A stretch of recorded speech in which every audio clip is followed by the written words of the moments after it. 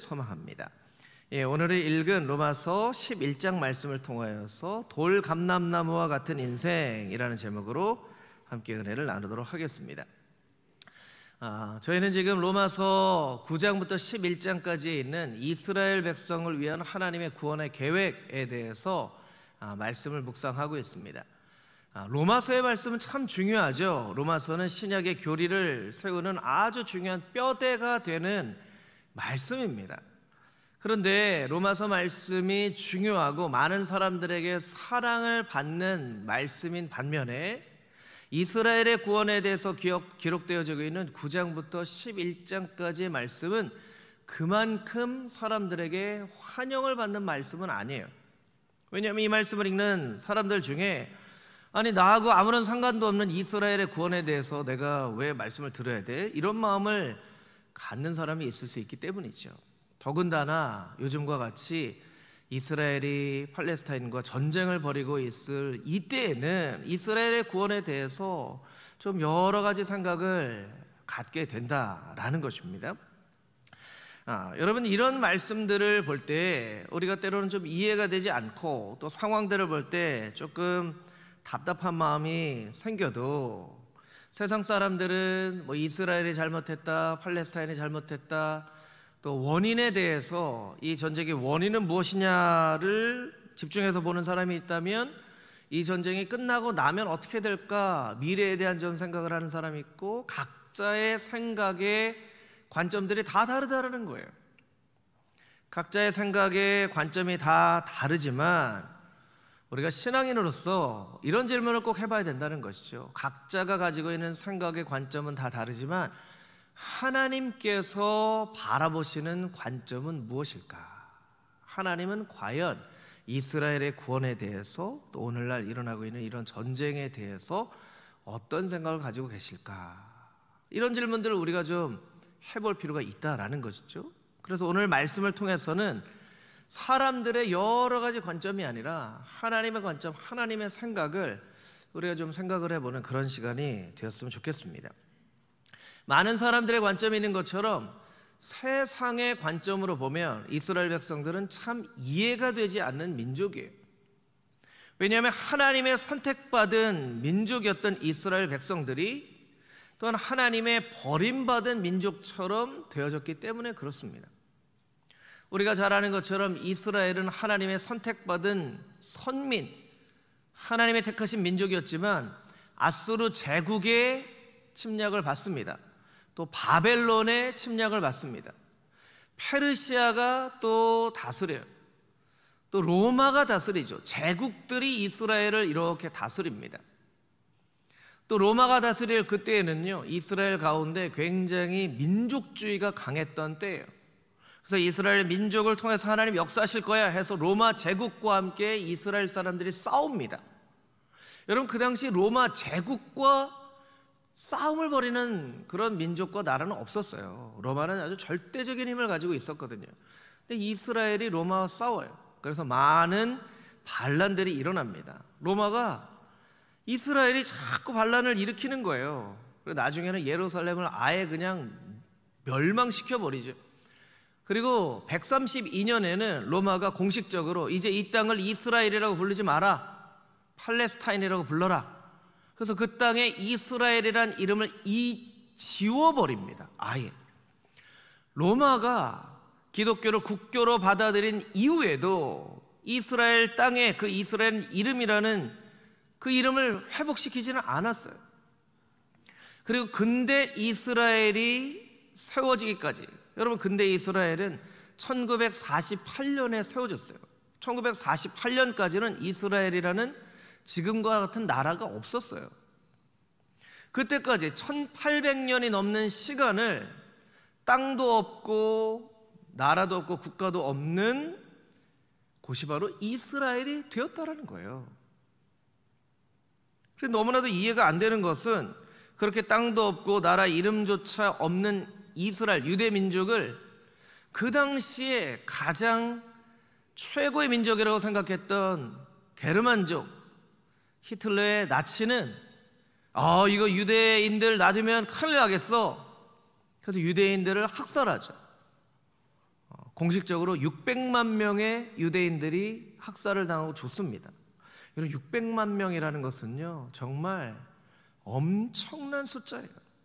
근데 한번 생각을 해보세요. 이게 좀 이해가 안 돼요. 어떤 나라가 국가의 형태를 가지고 있고 지역에 살면 전쟁을 할 수 있지만, 아니 나라도 없고 국가도 없는 민족을 왜 게르만족은 그렇게 학살을 하고 멸절시키려고 했었을까요? 참 이해가 안 되는 그런 일이라는 거예요. 1차 세계대전 당시에 영국은 그 승리를 할 장담을 할 수가 없는 상황에 되었습니다. 그런데 바이츠만이라고 하는 유대인 영국 국적을 가지고 있던 유대인 화학자가 아세톤이라는 것을 발견을 했는데, 이걸 발명을 하면서 영국 정부와 협상을 합니다. 내가 이것을 통해서 무기를 만들 수 있도록 지원을 하겠다. 그런데 내가 한 가지 마음 가운데 원하는 거, 이 전쟁을 만약에 승리하면 저 가나안 땅, 옛적 이스라엘 땅, 1800년 전에 있었던 저 가나안 땅에 이스라엘이라는 나라를 세울 수 있도록 도와줘라. 그래서 영국 정부가 그것을 받아들입니다. 그래서 그것을 가지고 무기를 만들어요. 1차 세계대전을 승리를 합니다. 그래서 팔레스타인 지역의 영토권을 국가를 세울 수 있는 통치권을 영국이 갖게 됩니다. 1917년에 영국의 총리였던 아서 벨푸어라고 하는 사람이 벨푸어 선언을 합니다. 이제 옛적 가나안 땅에 이스라엘 국가를 세울 것이다. 그 선언을 하고 나서 전 세계에 흩어져 있던 많은 사람들이 옛적 가나안 땅으로 돌아옵니다. 돌아와요. 30년간 돌아와요. 여러분, 이것도 참 이해가 되지 않는 일이에요. 왜냐하면 그 땅에 뭐 국가가 있는 것도 아니에요. 국가를 세우겠다고 하면 뭐 국가를 세우기 위한 준비를 했을 텐데, 그게 아니라 이스라엘 백성들이 그 이야기를 믿고 돌아오기 시작합니다. 그래서 30년이 지난 1948년에 근대 이스라엘 국가가 그 이스라엘 땅에 세워지죠. 그리고 그 이스라엘이란 국가가 세워지면서부터 근대 이스라엘 국가의 시작일인 1948년에 제1차 중동 전쟁이 일어납니다. 중동 전쟁은 이집트를 중심으로 하는 중동의 5개 나라가 이스라엘에 세워지지 않도록 이스라엘과 전쟁을 벌인 일이에요. 여러분, 누가 이겼을까요? 이스라엘이 이겼어요. 이것도 이해되지 않는 일이에요. 이스라엘은 이제 국가도 없어요. 이제 막 국가를 세우겠습니다 한 나라인데, 이집트와 중동의 5개 나라가 이스라엘과 싸우겠다고 했는데 그 싸움을 이스라엘이 이겨버려요.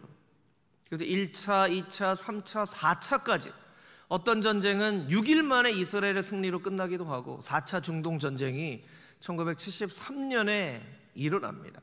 그 모든 전쟁을 이스라엘은 중동의 나라들과 맞서 싸워 이깁니다. 그리고 1973년에 중동 전쟁이 끝난 뒤 50년이 지난 2023년에 지금 제5차 중동 전쟁이 일어날 위기 가운데 우리가 있는 것이죠. 여러분, 이런 전쟁들을 보면서 우리가 이런 전쟁을 이해하는 데에 아주 중요한 키워드가 하나 있어요. 여러분이 잘 들으셔야 돼요. 가장 중요한 키워드, 그것은 바로 땅입니다. 땅이에요. 그 땅을 지키려고, 그 땅을 침략하려고 전쟁을 일으킨 거예요. 여러분, 유대인들은요, 하나님이 옛적 조상들에게 준 그 가나안 땅을 지키기 위해서 많은 곳에 터전을 벌이고 유대인으로 이주를 해서 그것을 산 거예요. 그곳은 그냥 다른 땅이 아니고 하나님이 약속하신 땅이라고 믿었기 때문에 지금도 전쟁이 일어났다는 이야기를 듣고 전 세계에 있는 유대인들이 예비군으로 그 전쟁에 참전하기 위해서 이스라엘로 오고 있습니다. 하나님께서는 그 가나안 땅을 약속의 땅으로 이스라엘 백성들에게 주셨지만, 여러분, 하나님은 가나안 땅에 매여 있으신 분이 아니시죠. 하나님께서 인간에게 가나안 땅만 주신 게 아닙니다. 이 온 지구에 있는 모든 땅을 주셨죠. 모든 땅을 주셨어요. 만약 로마 제국이 기독교를 국교화하였을 때 그때 교회 지도자들이 우리가 원하는 게 있습니다. 기독교로 국교를 삼으려면 저기 옛적 가나안 땅에 기독교 국가를 세울 수 있도록 허락해 주십시오 라고 요청을 했더라면 아마 지금 역사는 달라졌을 거예요. 그런데 예수님을 믿는 신앙인들은 그렇게 땅에 제한된 기독교 국가를 세우려고 하지 않았어요. 왜냐하면 하나님이 온 땅의 주인이신 것을 알았기 때문이죠. 그런데 오늘날 그 땅을 차지하기 위해서, 지키기 위해서 전쟁을 벌이고 있다는 거예요.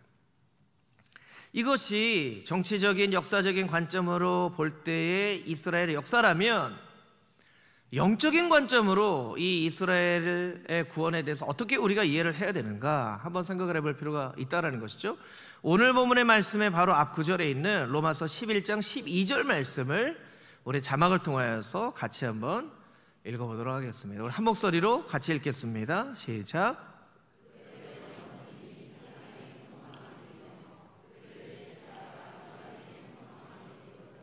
하물며 그들의 충만함이리요. 아멘.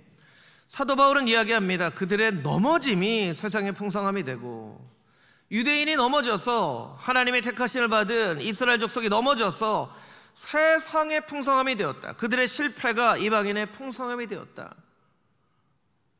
사실은 유대인의 관점에서 보면 이렇게 하나님 앞에 이야기할 수 있습니다. 하나님이 많은 민족을 구원하시려고 하는 그 계획은 이해하겠습니다. 그런데 왜 우리가 꼭 넘어져야 됩니까? 왜 꼭 우리가 실패해야 됩니까? 그렇게 이야기를 할 수가 있어요. 여러분, 이스라엘뿐만 아니라 우리도 마찬가지죠. 우리도 삶 가운데 실패와 넘어짐을 경험합니다. 그럴 때마다 하나님 앞에 묻습니다. 하나님의 일하심을 우리가 다 이해할 수는 없지만 우리가 꼭 왜 이렇게 넘어져야 됩니까? 우리가 꼭 왜 실패해야 됩니까? 우리가 다 이해할 수는 없어요.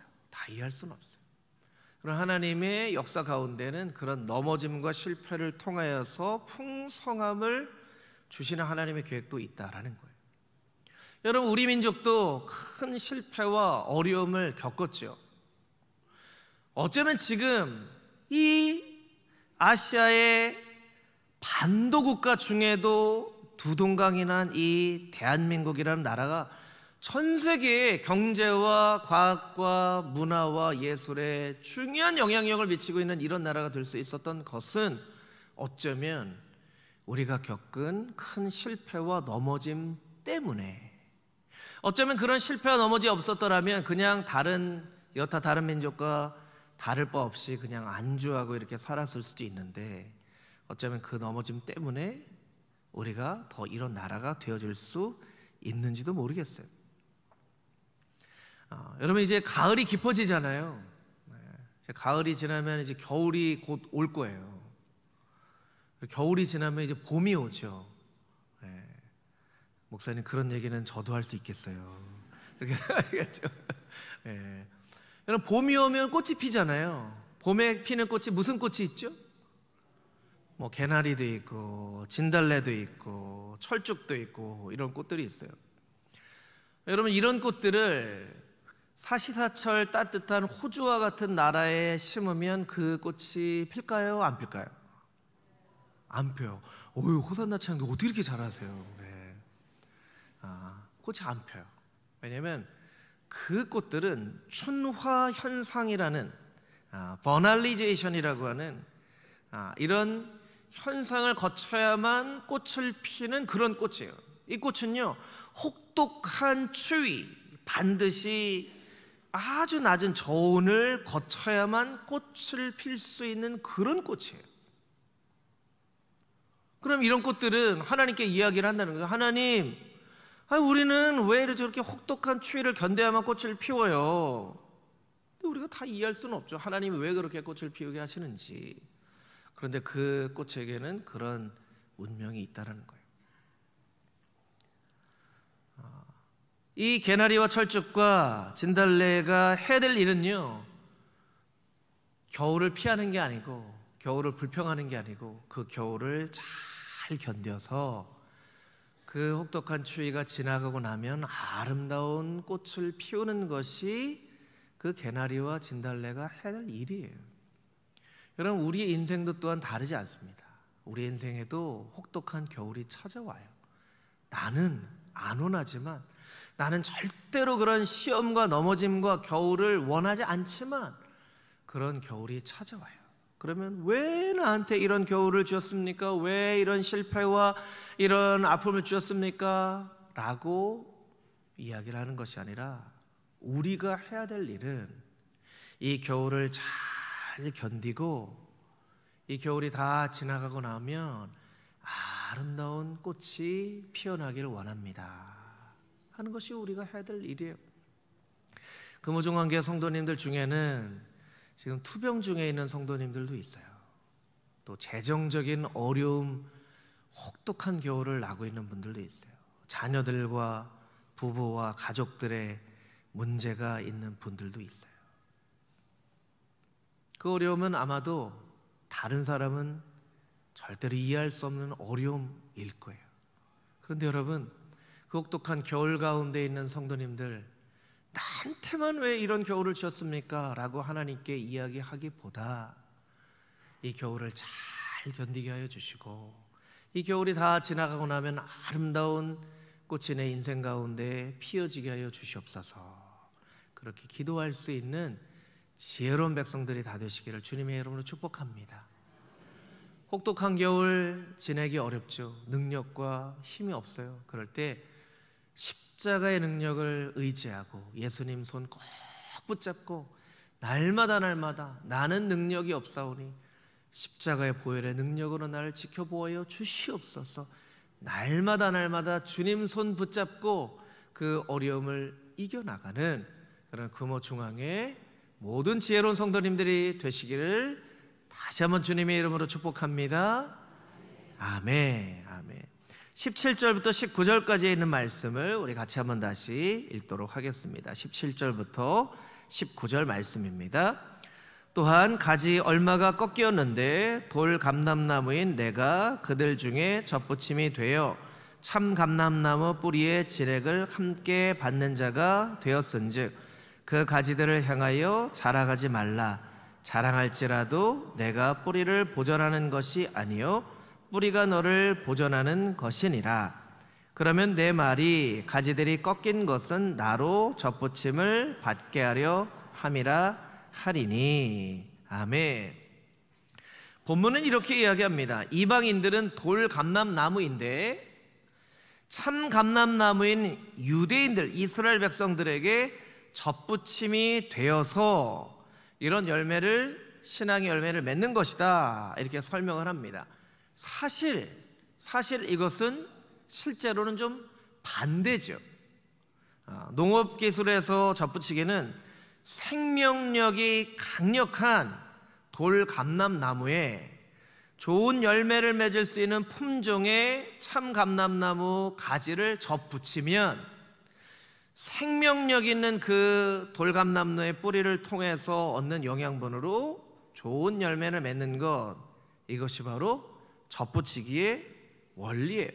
근데 중요한 것은 이게 맞냐 저게 맞냐, 사도 바울이 철학은 알았는데 농업은 몰랐구나, 이런 이야기가 아니고, 여러분, 젖붙이기를 설명하는 이유 중에 하나는요, 이것은 생명력이 어디에 있느냐를 설명하기 위한 거예요.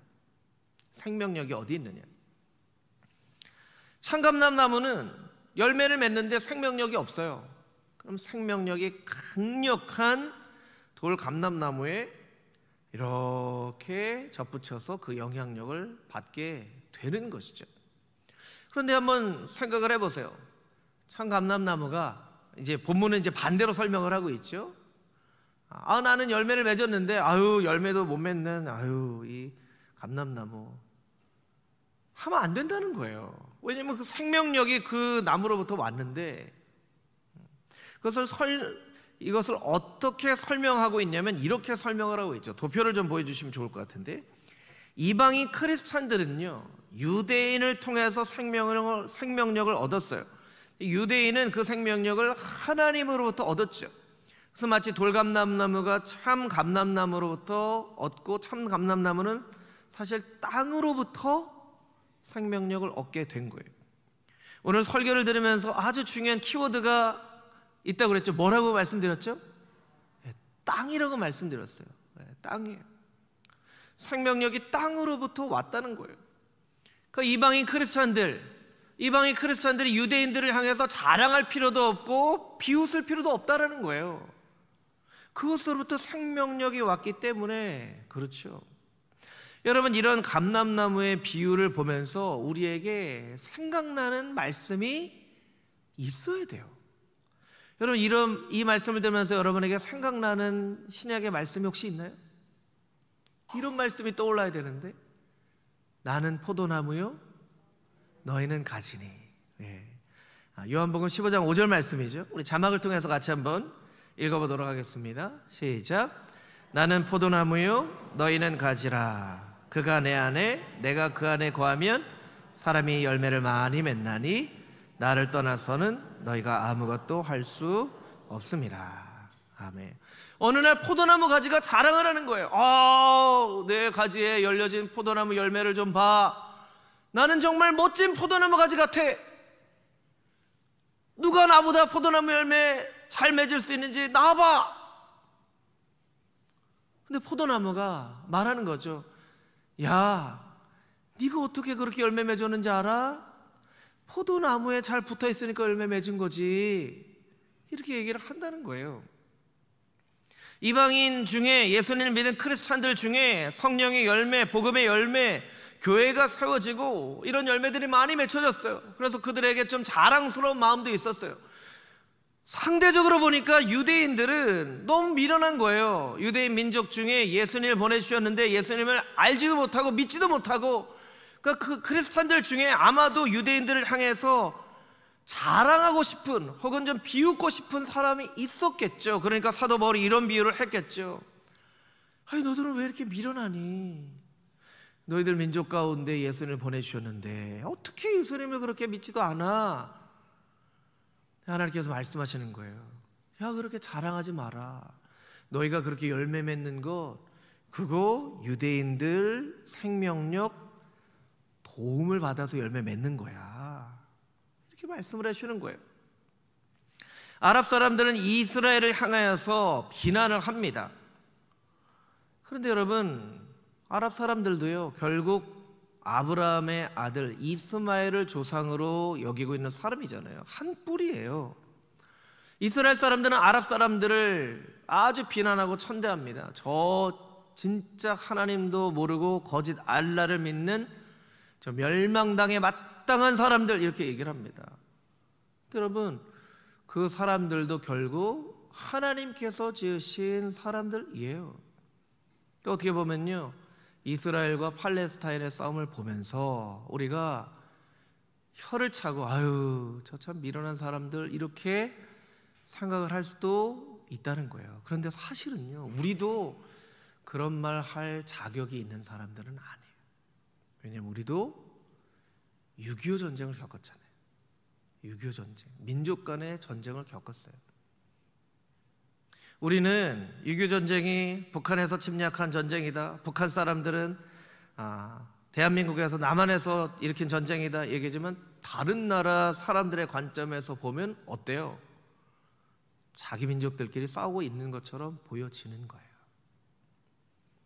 우리가 이스라엘이 잘못했네, 팔레스타인이 잘못했네, 아유, 저 사람들은 저걸 가지고 왜 저렇게 싸우나, 이렇게 생각할 수 있을지 모르겠지만, 여러분, 우리도 사실은 그러한 어려움과 아픔을 겪은 민족으로서 우리가 해야 될 일은 무엇이냐면, 우리가 그런 정말 쓰라린 전쟁을 겪고 나니까 참 회복하기 어려운 상처만 남은 전쟁이 되었다는 것을 너무나 뼈저리게 알고 있기 때문에, 저 이스라엘과 팔레스타인 간의 전쟁이 빨리 중단되어질 수 있도록, 저 땅이 하나님의 평강으로 회복되어지고 상처가 아물어질 수 있도록 기도하고, 우리가 더욱더 겸손하게 이게 누가 잘못이고 누가 잘했고라는 이야기를 먼저 하기보다 우리가 먼저 겸손하게 그 땅을 위해서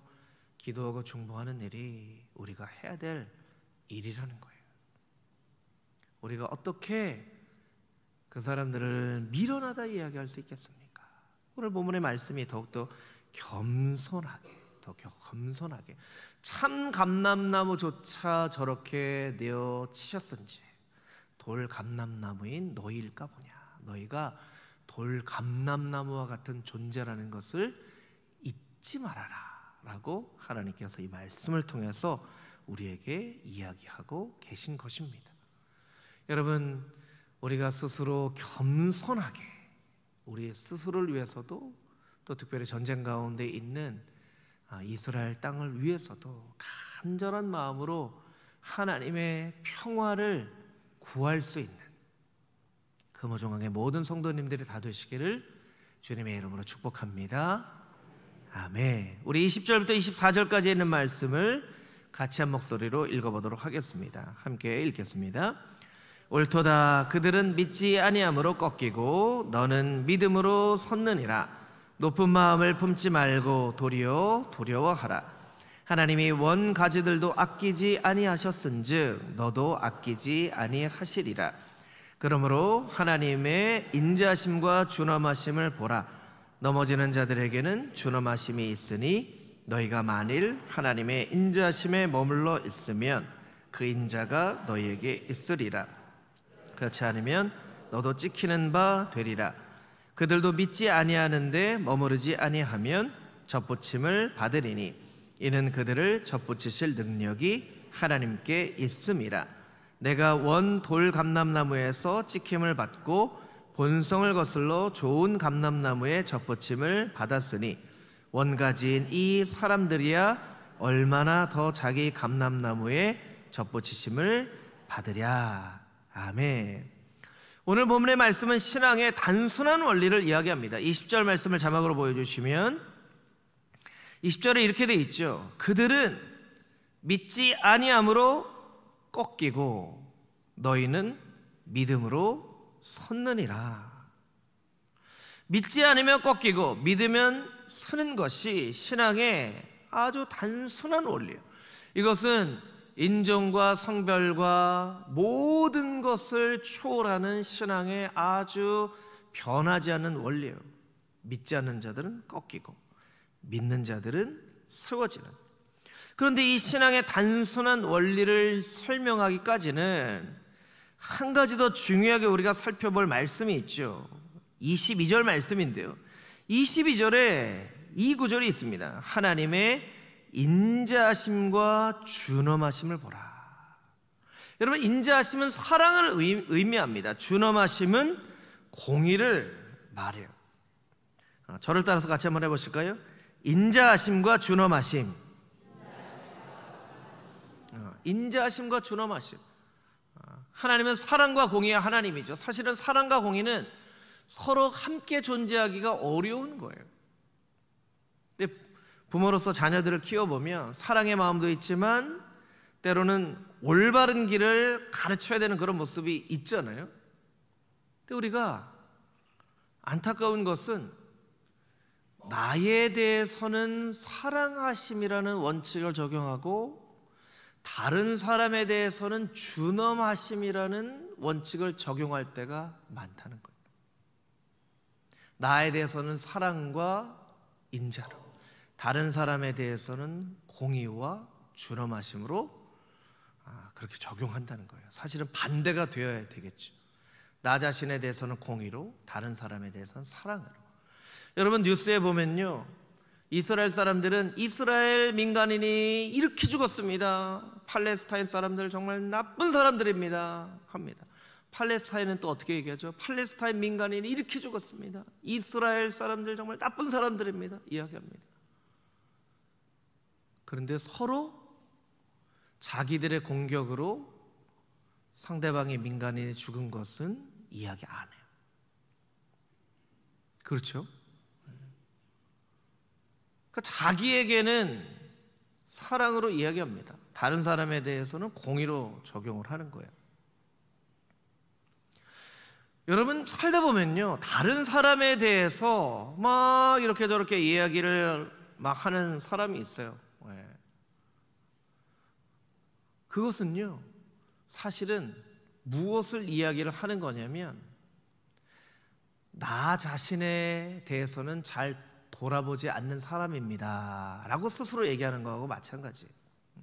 여러분 교통질서를 어떤 어긴 사람이 준엄함으로 자기를 돌아보면 다른 사람이 교통질서를 안 지켰을 때 아유 나도 저렇게 지키지 않으면 큰일 나겠구나 이렇게 생각을 하는 거예요. 그런데 다른 사람에 대해서 공의를 적용하면 어떻게 됩니까? 저런 교통질서도 모르는 놈이 운전을 하고 뭐 이렇게 얘기를 하는 거예요. 그러면 그런 이야기를 하는 사람은 교통질서를 100% 다 지켜서 그런 얘기를 하는 걸까요?